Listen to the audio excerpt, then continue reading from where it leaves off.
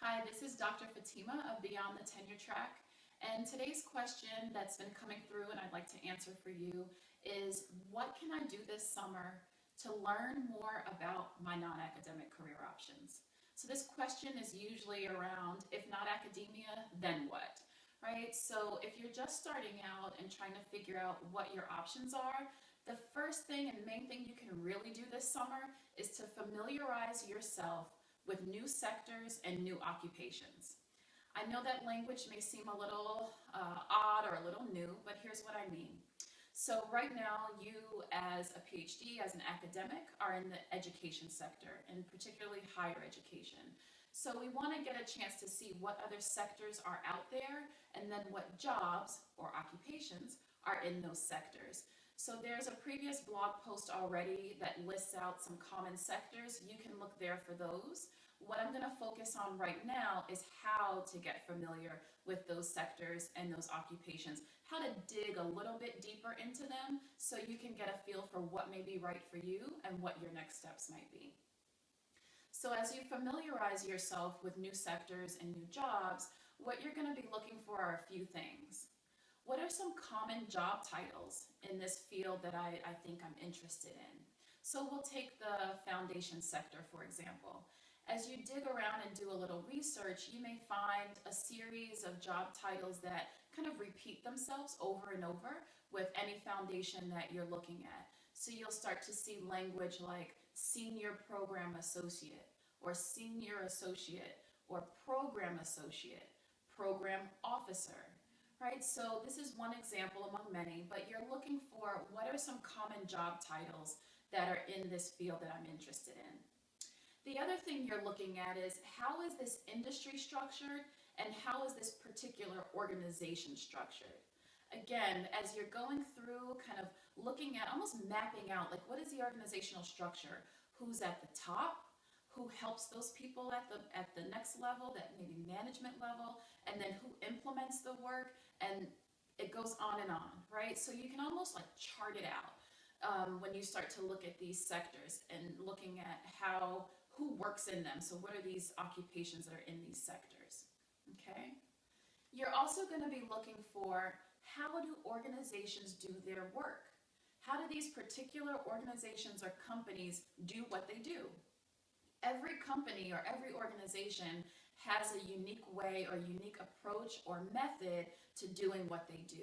And you want to get deeper into that so that you can see, does this resonate with my values? Does this resonate with the kind of work I would like to be doing in the future? Those are things that you know only once you dig a little deeper into learning how these organizations approach their work. So for example, keeping with the same foundation example, you may look at tons of websites for foundations that work specifically for, say, youth advocacy. But one organization may do it by offering after-school programming. Another may do it through policy research.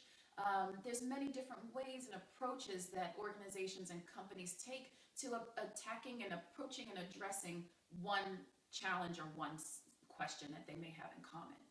Okay, so as you do this research, you're looking for how do these organizations or companies do their work.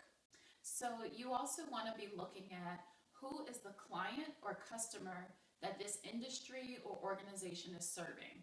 So even if this organization or this industry doesn't have a direct relationship with the client, maybe they're not directly providing services face to face with an individual or with a customer, they still have a target group or person or community that they're looking to impact. So here, for example, I'm going to keep with that same foundation example. Many foundations are not out there, like literally in the communities doing the work with, people who, in that youth advocacy example, they may not be actually doing the work of developing and hands-on with those youth, but what they're doing is developing policies or programs for youth.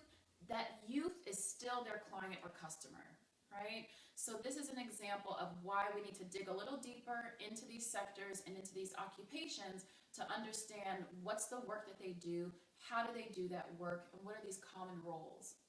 All right, so to finish out, the big question is, well, how do I get familiar with these new jobs and new sectors? I mean, that's really the key, right? How do I dig deeper and get these insights? So I'm going to challenge you to do 1, 2, 3 things. The first, read one book this summer. Find one book that is related to a target industry or field that you're interested in. 2, look up 2 professional organizations that are also in line with this industry or field that you're interested in. Professional organizations are great ways to learn more about what people do in these jobs and why they do what they do and what they value, and also professional development tips you'll find there. 3, look at 3 websites of organizations or companies that you're interested in and really comb through them with those questions that I went through earlier and things that you'd be looking for. You might also add into here to look at blogs. Those are also websites that you can be looking at.